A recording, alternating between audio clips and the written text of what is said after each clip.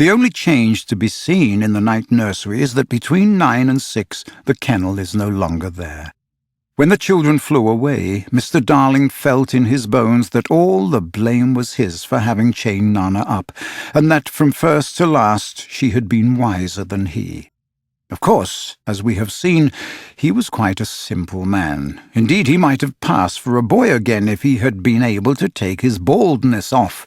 But he had also a noble sense of justice and a lion courage to do what seemed right to him, and having thought the matter out with anxious care after the flight of the children, he went down on all fours and crawled into the kennel. To all Mrs. Darling's dear invitations to him to come out, he replied sadly but firmly, "No, my own one, this is the place for me." In the bitterness of his remorse, he swore that he would never leave the kennel until his children came back. Of course, this was a pity, but whatever Mr. Darling did, he had to do in excess, otherwise he soon gave up doing it. And there never was a more humble man than the once proud George Darling, as he sat in the kennel of an evening talking with his wife of their children and all their pretty ways. Very touching was his deference to Nana. He would not let her come into the kennel, but on all other matters he followed her wishes implicitly. Every morning the kennel was carried with Mr. Darling in it to a cab, which conveyed him to his office, and he returned home in the same way at 6.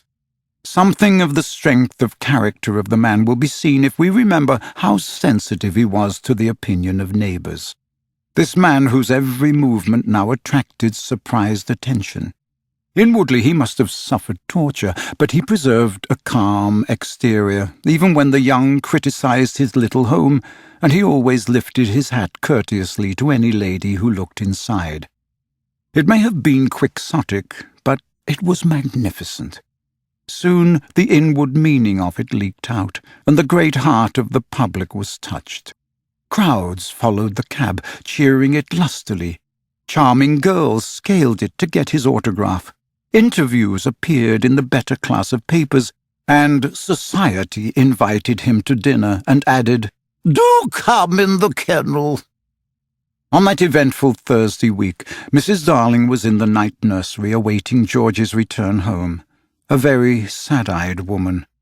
Now that we look at her closely and remember the gaiety of her in the old days, all gone now just because she has lost her babes, I find I won't be able to say nasty things about her after all.